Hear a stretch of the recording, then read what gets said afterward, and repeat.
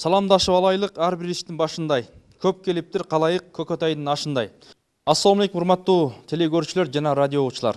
Жаңы окуу жылында Жаштар сүйлөсүн теле долбоору сиздер билгендей Болот Юнусалиев атындагы Кичикемин орто мектебинин жалпы жаштары менен жана төрүбүздүн коногу менен Жаштар сүйлөсүн теле долбоору бүгүнкү негизги сиздер менен талкуулай турган тема жаштардын адеп аклагы жөнүндө сүйлөшөбүз. Андыктан бүгүн биздин Кыргызстаныбызда өтө чоң бир өкүнүчтүү кырдаал курчуп баратат.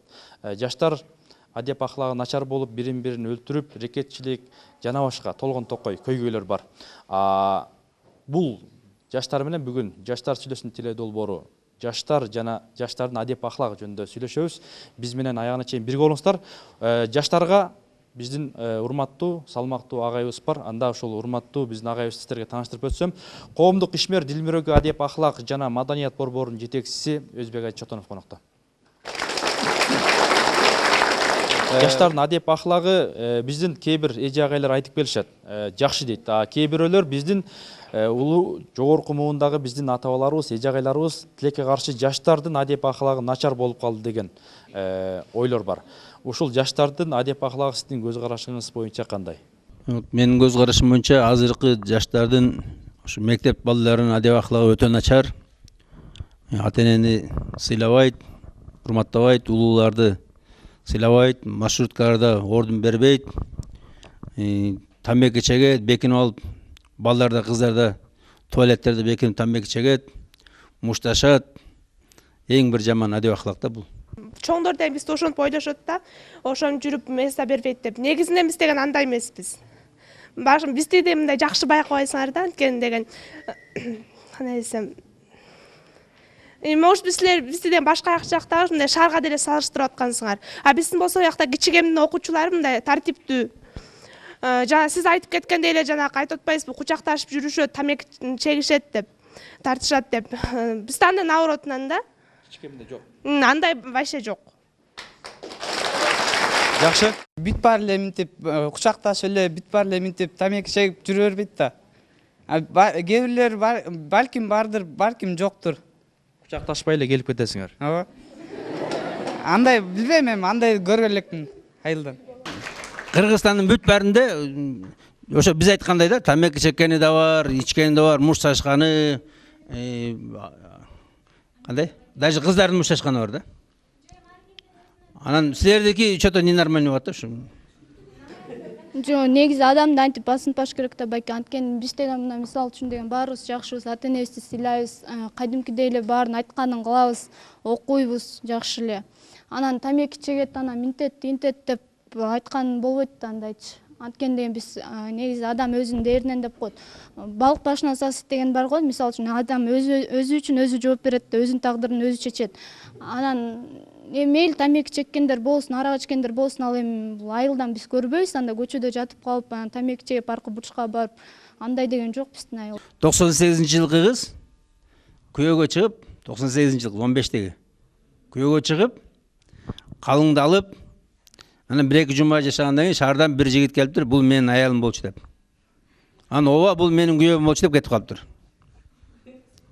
98-жылкы кыз. Көрдүңөрбү кандай деңгээлде болот. Өткөндө 9 класстын кызы телефон менен таанышып, агент менен, училищенин кызы бир жигит менен үйүнөн качып келип түндө 9 класстын кызы. Анан биякта 2 күн түнөптүр.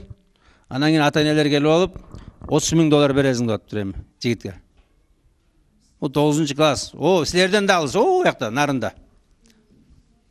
Анан силер болсо эч бир жүрбөйбүз. Баары жакшыбыз деп атсыңар да. Мага түшүнүксүз болот да. Анда силерге маданият жеткен жок бу анда. Маданият бар, бүт эле жерде бар. Анткени деген айтып атпайсызбы, ар ким кыздар барып атат деп. Балдар деле болуп атпайбы, мисалы үчүн түрмөдө жатып алып кыздарга чалат. Алар эмнеге чалат? Ошого деле мынтип ойлонуп көрсө болот да. Кыздар барат деп айтпайт. Мисалы үчүн балдар биринчи алдайт, сен мындайсың, тиндейсиң деп. Анан кээ бир кыздар жеңил ойлуулар бар. Алар бат эле неметип калышат. алданып калышат да, анан ошолорго ишенип калат. Силерде барбы Бизде жок, ошондой андай балдар? баары эле жакшы. Кемин көңүл ойлуу районунда кыздар жок. барбы балдар? Силердин Жок. школа эмес, башка школа. Бизде сиз шаардагылар менен салыштырып атасыз да, бул шаарда деген башка тарбия, айылда башка тарбия. Мисалы үчүн аламга жол айылдан башталат деген сөз бар эмеспи? Мисалы ошол эле да, мисалы үчүн айылдан кандай тарбия алсаң, шаардан да ошондой тарбияда болосуң.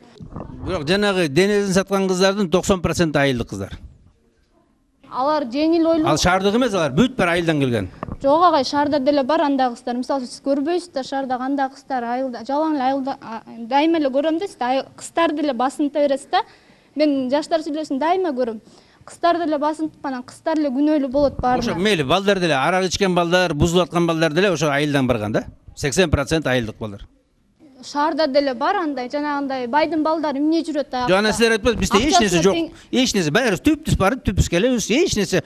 Бизде деле мына жаңылыктарды көрөбүз, баарын эле ар жак бер жак бүт баарын эле көрөбүз. Айылда деле андай балдар, кыздар жок. Мына мен өзүм сөзүмө тура алам. Анткени мисалы үчүн шаарда деле байдын балдары акчасына таянып, клубтарга барып, кыздарга барып атпайбы?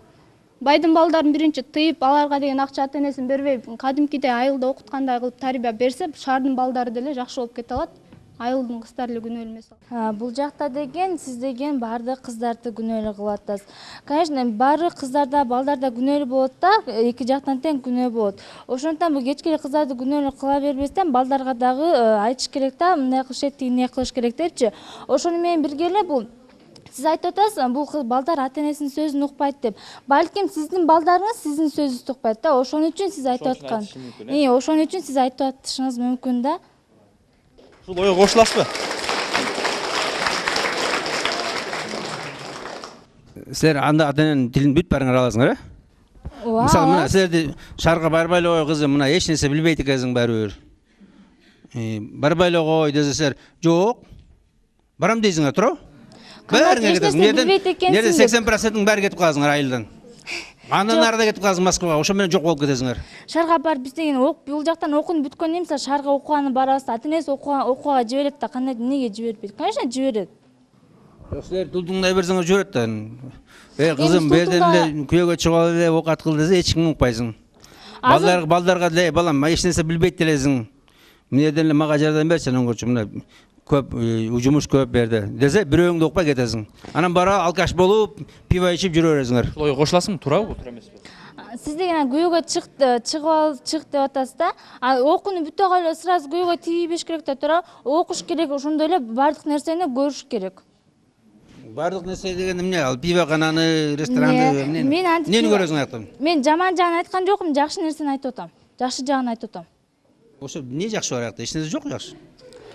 Окуш керек, өзүңүн ойлогон максатыңа жетиш керек. 5 кол тең эмес дегенде ар бир адамдын өзүнүн деринен болот. Бул деген ата-энесин укпай, эч бир ата-эне өз баласына жамандык каалабайт. Сен билбейсиң дебейт, наоборот, билесиң деп баланы өйдө көтөрмөлөсө, канчалык бара аракет кылып үмүттөнсө, ошол жакшылыкка болот деп ойлойм мен. Силер ата-энеңер окуу деп күндө берден мектептин мугалимдери күндө окуу дегенде результат ушундай болот. А тигил жактан алып кел, акчаңды алып кел да, окугазан кой дейт тиякта. Ошондо окуйсуңар силер. Бир жерде окуган силер ошол жерде окуйсуңарбы? Жок, эмнеге? Эгер бала деген өзү жакшы дээр коюп, жакшы ниет кылса, ал болот. Ал болот, үмүттөнсө болот. Негизи баланын өзүнүн деринен болот. Бузулуп кете турган адам бузулуп кет башынан эле. Эгер бузулбай, мен ушуну кылам, мен монтип үмүттөнөм деген адамдыкы болот ал. Дайыма жакшылыкка үмүттөнсө, ал ошол жакшылык болот. Бирде болбосо бирде болот ал.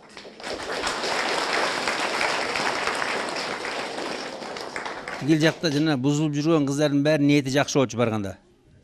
Барганда баары жакшынакай ниет менен барган. Жок, эмнеге көпчүлүк 50% эмес 30% бузулса, калган процент бүт бар жакшы кылса, эмнеге сыртынан кыска кийсе, мейли ачык кийсе, балким анын ичинен таза, чын жүрөктөн жүрөгү менен ал эметет. Негизи кыска кийип, монтип ачык жүргөн кыздардын баары эле бузулуп кеткен эмес. Эми ал кыздардын ар биринин өзүнүн деринен болот да. Бузулам деген кыз бузулуп кет, бузулбайм десе, ал ошо түз жолдо жүрүп, окуусун улантып, жакшы иш кылса, ошону бүт кылып өтүп кете алат деп ойлойм мен.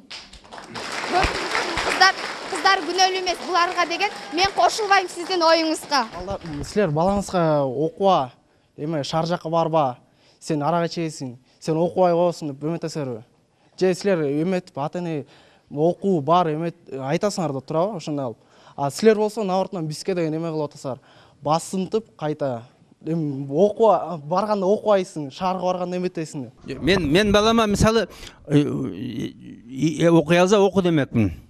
Окуй албаса балам давай иштегин, бир бизнес кыл, базарга бар, башкага бар. Жок, ал балаңар окуйм деп атат да, ана окуйм деп атсалар, анан кийин силер эметип атпайсыздар. Силерде азыр сурадымбы, мына эч нерсе билбей койдуңар, туурабы? Аны айтам да, кызым, чыкпай эле кой, барбай эле кой аяка. Бар эмне кылат, эч нерсе билбейсиң. Может, ошол жактан окуп кететтир. Антип эле силер окубайсыңар, ал жерде силердин атаңар окуйт. Торпогуңарды сатып, уйларды сатып. Негизи бир адам бирөөнү билсе, бирөөнү билбей калса экинчисин билеттир. Балким ошону тияка барганда өздөштүрүп кете алат, көнүп. Эгер окуйм деп чын жүрөгүнөн барса, эгер ниет кылбай мындай эле кызыкчылык менен барса, тыштап салышы мүмкүн. Эгер кичине чын жүрөктөн монтип, ниет кылып, мен ушуну үйрөнөм, эметем десе, өздөштүрүп кете алат. Аны ар бир окуучу, ар бир бала, ар бир кыз аны өздөштүрүп кете алат деп ойлойм мен. Ошол жактан, Ооба, ошол жактан. Силер мектепке чын жүрөктөн келдиңерби? Ооба. Аны эмне окуган жоксуң? Жок, балким биз мейли. Кана мына эң жөнөкөй суунун формуласын билбейсиң. Келгиле, биз балким жооп бере алабыз, мейли. Биз азыр каникулда болуп, көпчүлүк окубай, ар кайсы жерде болуп, балким унутуп деле калгандыр. Бирок биздин окуучулар андай бузулган, тияк бакта эме кошулбайм. Биздикилер ыймандуу жана сабагын өздөштүрүп кетип, баары алдына жакшы ниет кылып, окуп кете алат деген үмүттөмүн. Саламатсыңарбы, мектептин окуучулары жана мугалимдер? Сенин атың ким? Эмне себептен айылдан келген, шаарга айылдан келген 70% бүт айылдан келгендер бузулуп атат. Не дегенде жаш кыздар, эмтене 7-8 класс кыздар аборт кылып атат. Ошол эмне себептен айылдагы ата-энелердин тарбия бере албагандыгынанбы, же биздин эң баштыктанбы ошондой нерсеге баратабызбы? Ошол жооп берип койсоң. Ушул ойго ким кошулат? Мына бул жигиттин ою ушундай экен. Жооп бересиңби? Ал деген ар бир кыздын өзүнөн деген деп айтпадым. Эмнеге көпчүлүк айылдан келген эмес, наоборот шаардыктар көпчүлүк бузулган болот. Айылдык кыздарды деген баардыгы деген тартиптүү ата-энесинин убактысы менен мектепке барып, кайра үйүнө келип, көпчүлүк ал деген шаардык кыздар деп ойлойм мен, көпчүлүгү. Айылдан келген кыздардын көпчүлүгү болсо 20-30% эле деп ойлойм мен. Мен шаарда Ататүрк деген парк бар. Ошону көп эле айылдын жаштары, жаш кыздары тамеки чегип жүрөт. Эмне себептен алар шаардык кыздардан көрүп туруп, анан кийин бат эле эме кылып атат да, кабыл алып. Барат да айылдан чыкканда жынсы шым кийип, шаарга барганда эле мини юбка кийип калат. Эмне себептен? Эмнеге дегенде, сен деген эме заманның бөөрү болсо бөөрү бол, түлкү болсо түлкү бол дегенде, ал деген ар бир кыз деген модаланып кадимкидей кийингенге болот. Аны деген эч ким болбойт деген укуга болот. Ооба, болот. Анткени деген ал бузулбайт. Балким аны кыска кийип жүргөнү менен, балким анда ыйман бардыр. Бирөөнү сыйлайттыр. Аны деген ичинен билип, кыз менен сүйлөшүп көрүш керек да, анан айтыш керек да. Сыртынан көргөндө, ооба, сыртынан көрүп эле кызды мындай бузук, тиги бу деп айтканга эч убакта болбойт. Сен заманга шылтап кеттиң. Заман жылаңашып жүрсө, кыздар да жылаңашып жүрөсүңөрбү? Жок, эч убакта кыздар жылаңашып жүрбөйт. Кыздардын кичине болсо дагы намызы бар. Кыздардын намызы бар. Эч убакта жылаңашып жүргөнгө жүрбөйт. Мен андай деп да ойлобойм менчи кыздарды. Көпчүлүк кийсе кыска кийгендир балким, бирок аябай жылаңачып боло албайт. Силердин жылаңашып жүргөндүңөр анан кийин эмнеге ыйманыңар болмогон эле силердин? Эмнеге? Ыйман, жүрөктө ыйман болсо болду да, кийим негизи деген ыйман деген кийимде эмес да, тура адамдын өзүндө, анан жүрөгүндө болот ыйман деген. Элестет мисалы, мен мисалы жылаңашып жүрөм да, анан мен ыйманым бар десе, эмне дейт мен? Тура? Жок, ал деген адамдын өзүнөн да тура жылаңач. Эмне бирөө келип жылаңашып жүрсө, мен сени кийин десем, сен кийинмек белең. Тура өзүң эркиң менен жүрөсүң да сен деген. Ал адамдын өзүнөн болот дайыма. Мисалы сен айтып атасың, жылаңач жүрүп, анан жүрөндө ыйман бар деп. Мисалы кээ бир кыздар деле жүрбөй хиджаб кийип алып, ичинде ыйманы жок. Өздөрү сыртынан намаз окуйт, бирок ичине хиджаб кийип эле жүрүшөт. Аларга эмне деп айта аласыз? Ошо силерге окшоп мода кылып кийип алган кыздар да ал. Ыйманы жок кийген эмес. Мода кийип алгандар эле эмес, кээ бирөөнүн ата-энеси бар молдода, бирок кыздары молдо эмес, туурабы? Мен кайдан билем, может сиздин кызыңыз молдо эместир, ичинен таза эместир, сыртына хиджаб кийип жүрөттүр. Академик Юнусалиев атындагы кичи мен орто мектебинин жаштардын оюн угуп жатасыздар. Бүгүнкү сиздер менен сүйлөшүп жаткан темабыз жаштардын адеп аклагы деген темада сүйлөшүп жатабыз. Анда жаштар сүйлөсүн. Мен бул байкеге кошулбайт болчумун да, беркесиңиз.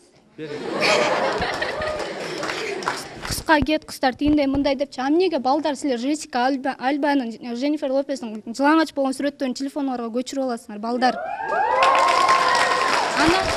Анан кыздарды күнөөлөйсүңөр, силер кыска кийесиңер, митесиңер, анан тинтесиңер деп.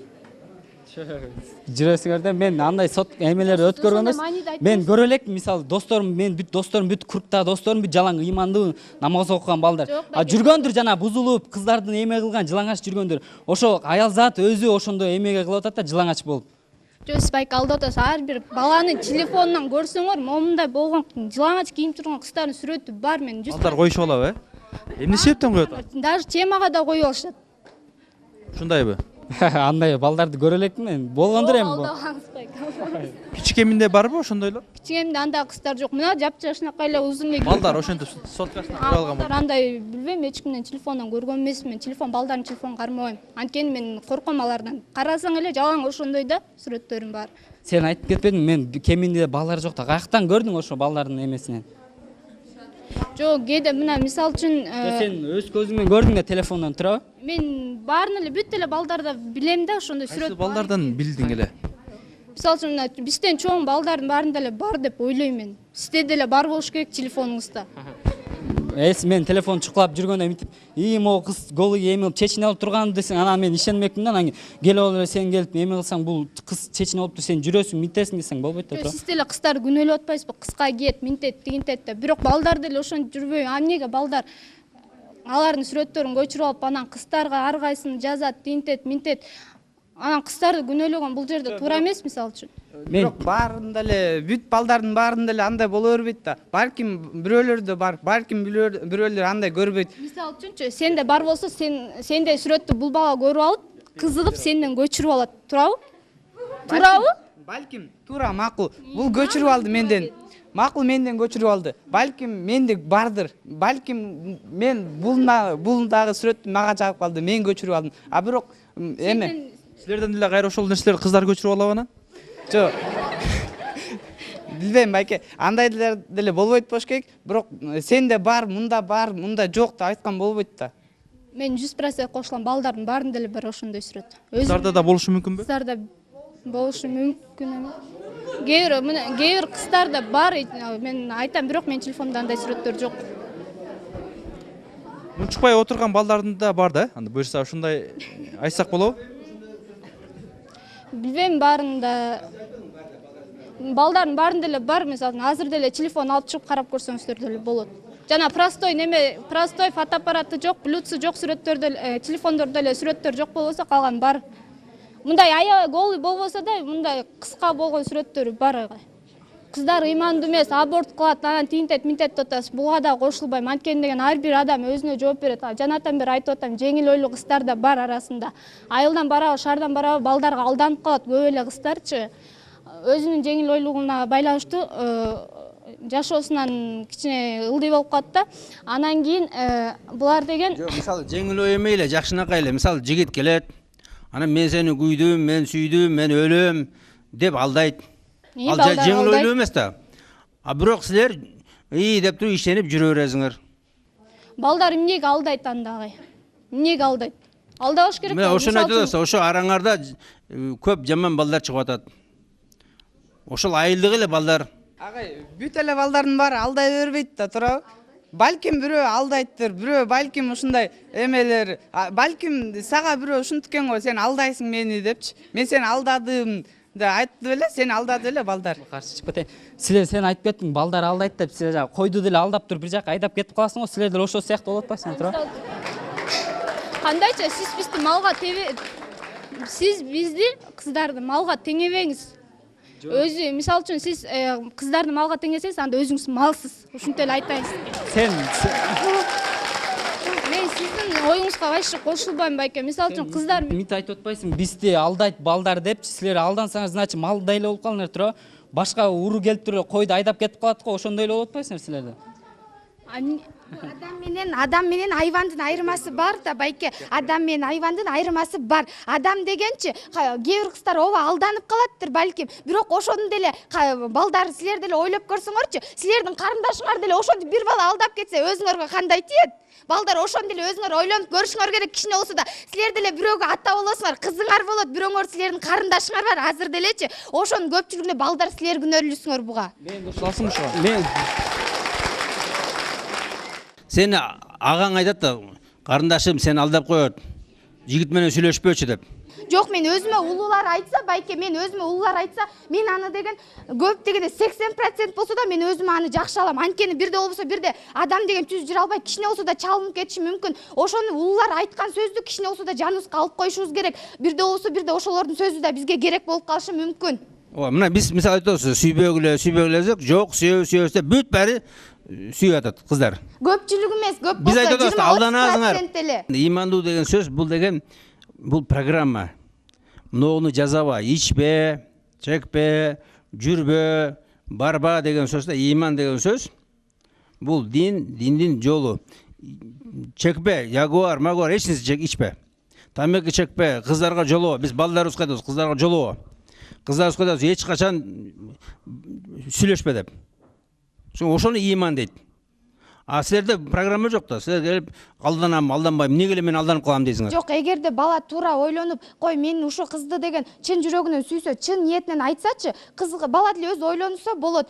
Кой мен ушу кызды чын жүрөгүмөн сүйсөм, айтайын деп, анын деле карындашы бар. Эртең күнү менин карындашым ушундай болсо мен эмне кылат элем деп. Кыз деле мен ушу баланы чын жүрөгүнөн сүйүп атат. Кой мондай тигиндей деп чын айтса, эгерде жашоо бүт баары оңолуп, алданып, жанакындай аборт, андай эмдейлердин бүт жок болмок. Биз айтабыз, жигит эч кандай жигит менен жүрбөгүлө. Кудалашып келип силерди Кудай түшүп келсе, анан кийин күйөөгө чыккан, анан кийин жүргүлө. Силер угасыңар, силер укпайсыңар да. Жок, туура эмес. Анткени деген жок, жаштык кести деген ойноп күлүш керек. Ооба, биз жаш болдук, бирок ошондо чеги менен биз андан ошо жаштык кезде ойноп күлүш керек деп атып, аябай чектен чыгып кетип, бузулуп кеткендер да бар. Бирок чегинен ашпай, ойноп күлсө да өзүн ошону ыгы менен билип, ыгы менен жүргөн кыздар эч убакта бузулбайт жана балдар да бузулбайт, бири-бирине жакшы мамиледе эле болушат деп ойлойм мен. Ошол ыгы чеги кандай болот эми ушуну айтып койчу. Ошондо ыгы чеги болгондо деген биз деген мына көпчүлүк эле азыр ичип атат, чегип атат дейбиз. Балким ошо чегип аткан кыз деле ошо балким ичинен жакшыдыр, бир нерсе болгон, ошонун жашоосуна бир нерсе жетпей аткандыр. Жигит менен жүргөн чеги кандай? Мисалы ал келип кучактагысы келет сени. Эмне кыласың? Эмне дейсиң? Жок, ал кыздын өзүнөн болот да, кыз жалжаңдаса, ооба, бала келип жабышат. Эгер кыз деген ошого деген жол бербесе, бала эч убакта кызга жакындай албайт. Кантип жол бербеш керек? Мисалы үчүн кыздар деле бар, кээ бир кыздар ооба өздөрү жалжаңдап, антимтип тийишкендер бар. Эгерде кыз деген өз намысын ойлоп, биздин кыз деген өз намысын ойлоп, балдарга көп жабышпай, мондай нормальный эле сүйлөшсө, бала деле кызга жакындай албайт деп ойлойм мен деген. Кыздар өздөрү тийишеби, балдар? Кээ бир кыздар балким ошондой. А биздин көпчүлүк кыздар деген бизде деген көпчүлүк, мисалы үчүн биздин айылда мен көргөн эмесмин, бирөө бир жакта кучакташып турганынан бизде деген улууну улуудай, кичүүнү кичүүдөй эле сыйлагандар деп ойлойм баары. Силер деле сүйлөшүп алгансыздар да, туура? Биз куда түшүп алам, куда түшүп. Жаш кезинде эметкендечи. Силер деле жаш болгонсуңар, анан кийин жаш кезинде деле эметкенсиңер да, силер деле сүйлөшүп. Мындай да, биздин убакта бар го, мындай такыр болгон эмес да. Кандай эле сиздердин убактарда? Силердикинде эле баргансыздар да, кантип эле жок болгон. Биздин убакта азыркыдай болгон эмес да. Кат жазып, араң зорго, ито уялып, ушундай болчу да. Азыр болсо сразу эле кучакташмай? Бизде андай кучакташмай жок, азыр деген телефон бар азыр. Силерде кат болсо, бизде болсо SMS бар азыр. Бул жакта деген сиз тамеки чекпеш керек, ара ичпеш керек деп атасыз. Ал туура, конечно, тамеки да чекпеш керек, ошондой арак да ичпеш керек. Ал абдан чоң күнөөдө. Эмнеге муну токтотконго мүмкүнчүлүк бар да, туурабы? Аны буларды чыгарбай койсо болобу, тамекини, арактычы? Ошондо балдар, кыздар тамеки да чекпейт, арак да ичпейт да. Дуңгандар бизге окшогон эле эки көзү бар, мурду бар, оозу бар. Туурабы? Бизде эле эл. Буларга барып туруп ягуар ичсең, эч кимиз ичпейт. Биякта биз болсо ичип атат бүт баары кыргыздар. Бузулуп атат баары. Мына мисалы оно аэропорттон келаткан жолдо бүт баары кыргыздар экен. Бир да орус жок даже. Түндө жанагы көпөлөктөр, түнгү көпөлөктөр бүт баары кыргыз кыздар. Бир да башка ул жок экен. Ошо сиз кыргыздарда кыздарды ошондо балдар да күнөөлүү кылып атасыз. Ошолорду ичирбегенге, чектирбегенге аракет кылып, тамеки менен аракты чыгарбай койсо болот да заводдордон. Ошондо чекпей ичпей калышат да. Эмнеге жалаң эле кыргыздарды күнөөлөрсүң? Мош дуңгандарда деле бар ичип чеккендер. Аларды биз көрбөйбүз. Көргөндөр ичпей, биз көргөндөр ичпейт, чекпейт, мейли. кыргыздын кызы орустун кызындай, тажиктин кызындай, америкасын кызындай болбосун деп күйгөнү үчүн айтып атат. Анан силерди жакшы дей берсеңер, силер кайра жаман болуп кетпейсиңер. Силердин жаман жагыңарды айтып туруп анан кийин эме кылса, силер кайра оңолосуңар да аркаңарда. Кайра силерди жакшы деп мактай берсе кантип оңолмок эле? Туурабы? Жаман жагын айтканда именно жана аборт кыласыңар, балдарга барасыңар, ичесиңер, чегесиңер деп айтыш керекпи? Мындай акыл насаат менен деле айтса болот да, сен балам алдантип кийинбечи, балам сен ичпечи, кийин чоңойгондо мондай болосуң депчи. Туурабы? Балам сен оку, мына монтип акча менен окуга, мындай кыл, тигиндей кыл, өзүң аракет кыл деп жанына алып келип, китептердин баарын алып келип коюп койсо, бала бузулбайт мисалы үчүн, чынбы? Туурабы? 7-8 класс кыздар аборт кылып атканын ишенесиң же ишенбейсиң ошого? Ишенбейм. Ишенбейм. 7-8 класстарга ишенбейм. Шарга барасың. Мен барам. Буюрса шарга баргандан сага видеосун көрсөтөйүнчү. Шу кыздардын 7-8 класс. Az кээ эле шым алып бербей койсо да этаждан секирип өлүп атат. Кыздар. Болгондо кыздар, эркектер болду эле андай. Видеосунда кандай экен? Көрдүңүзбү? Жана айткансыз сиз. Сиз айткансыз жана видео жок, сүрөттөр жок деп. Ал сүрөттө кандай немек? Мен голый кыздын видеосун деген жокмун. Мисалы аборт кылып аткан кыздардын видеосу дедим мисалы. Кантип Ошо кыз 15-те экен. 15-те экен да. 7-8 класстар деп бүт өз көзүмөн көрдүм, ошо врачтарга барып сурадым. Азыр кайсы кыздар, кайсы мен эмеде жаш кыздар келет десе айтты. 7-8 класс кыздар келет деди. Не дегенде, отурушка барып, хатага баргандан кийин анан бузулуп атат дейт. Шардык анан айыл. Эмне шардык кыздар деп өзүңүз айттың. Биринчи очередь шардык дейм. Мен мурун Мен мурун айылда 8-7 класста окуп жүргөндө тамеки, арак, ягуар деген вообще көрбөчүм. Азыркы айылда 7-8 класстар уже агенттен чыкпайт, тамеки чегип жүрөт. 7-8 класста көрбөчүмүн дедиңиз. 9-10 класста тамекини көргөнсүз анда. Эмне өзүңүз айтасыз? Вино, арак кайсы жылы келген билесиңер да, туурабы? Анан кийин ягуар жок болчу дейсиңер да. Арак биздин аталарыбыздын убагында келген. Анан тамеки чекпесиң.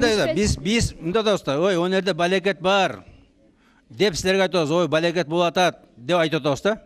Түшүндүңөрбү? Ушундайлар чыгып атат. 9-класстын кызы мындай кылыптыр. 98-класс деген 98-жылкы деген 15 жашар кыз мындай кылыптыр атам. Түшүндүңөрбү? Ошондой болбосун деп атабыз, болбосун. Силер келип алып туруп, жок андай деп туруп, анан кийин мыяктын бүт баары ошондой болуп атат. Сиз бизди эме жамандап атасыз, бирок биздин арабызда андай жок деп айта албайм. Арабызда андай кичине болуш мүмкүн. Бирок ар бир баланын, ар бир кыздын өзүн өзү колго алып жүрүш керек да, жана аларды ата-энеси өзү тарбиялаш керек. Байкени көрүп ине өсөт, эжени көрүп сиңди өсөт дейт ошо. Жаңы эле бул байка айтып кетпеди, биздин достордо андай жок депчи, жаңы эле телефонго, экранга койгон жок депчи. Биздин балдарыбыздын баары намаз окуйт деп. Досуңар көргөзмөк беле силерге, мына менде досум, мына менде момундай бар деп. Сен досуңдун эмесин, телефондордун эмесин билбейсиңби? Билесиң да, туурабы? Кандай сотка көтөп жүргөн. Анан кийин чукулайсың, мисалы берсең, бирөөгө чалып алайын деп, ошондой экранда темада турса анан айтасың, досум ушундай белең деп. Жума намазга барып жүргөн бала эч качан жана айтып эме кыздардын эмесин жылаңач эме кылганда өткөрбөйт. Жана айтып беспредел жүрүп, выпускниктен башын чыгарган эмелер кылышы мүмкүн. Андай досторум жок мен. Ошо уверен болосуңар? Уверен Шарга бар, мен сага көрсөтөйүн, досторум бүт тааныштырайын. Бияка келип, бияка туруп, уверен болосуңбу, митесиң дебе да сен. Биринчи өз көзүмөн көр. Сен Орозбек, сен досторуң ушундай эме голый кыздардын сүрөтүн кылат турбайсың, анан мен досторум кылат турбайт ишенейин. Бияка туруп эле сенин досторуң кандай анан деген болбойт да. Жок, көргөзбөйт да, туурабы силерге. Мына менде досум момундай бар деп. Өткөрүп албайсың деп көргөзбөйт да, туурабы? Кичи кеминден жаштардын оюн угуп атасыздар. Бизге бөлүнгөн убакыттагы аягына келип баратат. Бүгүн сиздер менен биз талкуулап жаткан тема жаштардын адеп аклагы жөнүндө сүйлөшүп жатабыз. Андыктан урматтуу достор, урматтуу эже агайлар, эми ушул жаштардын адеп аклагы канткенде оңолот? Же оңолобузбу, же жоголобузбу? Кантип салым кошсок болот? Ушул кыргызда айтып коет, улууну көрүп кичилер өсөт экен. Ошондуктан ушул бүгүнкү темага эми жыйынтыктап оюңарды айтып берсиңер. Биз бир мектепти эме өткөрдүк да, кастинг. Роликтер табыз деп. 6-чы класстар. Аны айттык, ана энеңе кандай мамиле кыласың деп, жакшы мамиле кылганды көргөзсөк, бирөө да көргөзө албай койду. Жакшы мамиле кылган. Аны айттык, эми жаман мамилени кантип кыласың деп эметсек, 24-төн 5 алды. Bir класс бүт бәри. Бүт бәри ата энеге кыйкырганды, акырайып караганды бүт бәри билет экен. А жакшынакай сөз айтканды бирөө да билбейт экен. Ошо демек, ошондой нерсе мына жаштардын арасында тарады. Ата энеге катуу орой сүйлөш, ата энеге кыйкырыш, эшикти карсылдап жабыш, эшик тебип чыгып кетиш, сотканы ыргытып бериш, жокпу? Эч бир ата энеңе бүт баарыңа жакшы мамиле кыласыңар. Жакшы мамиле кылышыбыз керек да. Анткени бул бейиш эненин таманын астында дейт. Акыретке барганда дейт, ошо эне ата эне ыраазы болсо сен ошондо гана бейишке кире аласың дейт да. Мен ойлойм, жаштардын бардыгы эле антип ата энесине жамандык жасап, мондай өзүнүн характерин көргөзө бербейт депчи. Анткени алар да шариатты түшүнөт, шариатты билет, ошон үчүн шариатка да карап ата энесине жамандык жасай албайт. Силер шариат билесиңерби? Билген үчүн айтып атабыз да. Бүт баарыңар шариат билесиңерби? Силер айтып атпайсыңарбы, кичинекей балдар, кичине мектеп курактагы балдар эле ошо ичип чегип көчөлөрдө жүрөт. Алар кээ бирлери бар, кээ бирлери көбүнчөсү эле биздин айылда мындай билбейм, эми андайлар жок болуш керек деп ойлойм да. Менин оюмча ошондой жок. Вечер десе эле арак-марак андай мындай эмес, аякта может жүрсөз, может мындай тиндей. Арак-барак вечер десе эле баары эле арак баса калбайт да ар бир адам. Аяктан ойноп күлөт, мисалы үчүн ар кайсын ойношот, сүйлөшөт. Неме вечер десе эле баары эле арак-марак, анан жана байке айтпады неме деп. Неме площадка барсаң эле айлык кыздар баары тамеки чегип кыска юбка кийип жүрөт. Может аны шаардык кыздар жасап атат. Может аны бөлөк жактан неме келип ошентип атышат. Мен площадтын кыздар деп айткан жокмун эч качан. Парктагы кыздар дедим. Площадтан көрдүм мен ошо тамеки чеккен кыздарды, кыска мини юбка кийген кыздар деп атат. Не десе жаш биякта айылда жаштар ичпейт деп эч качан айтып ичпейт деп айтпагыла. Бүт эле айылда ичет. Бүт айыл ичет. Отурушта бар. Анан кийин бияка камерага мен жакшымын деп чындыкты айткыла туурабы? Чындыкты айтсаңар жакшы болсун, анан камерага ичпейбиз, биз ыймандуубуз деп жакшы көрүнбөгүлө да. Чындыкты айткыла да, биз ичебиз, чын ичебиз деп. Мен айткан жокмун да биздин жаштар ичпейт, вообще неметпейт алар деген ыймандуу балдар деп. Может, кээ бирөө ичет, кээ бирөө ичпейт. Мен билбейм аны. Мен ар бир адамдан сурабайм да. Сен ичесиңби, ичпейсиңби деп. Мага эмне кереги бар? Ал өзүнүн немеси, ден соолугуна карап ичиш керек, же ичпеш керек. Ал өзүнүн немесини, ден соолугуна караш керек. Вечерде силер лимонад ичип, шоколад жеп эле кетип атасыңар, туурабы? Мисалы, туулган күнгө барганда чай май ичип алып, жушес жеп алып кетебиз.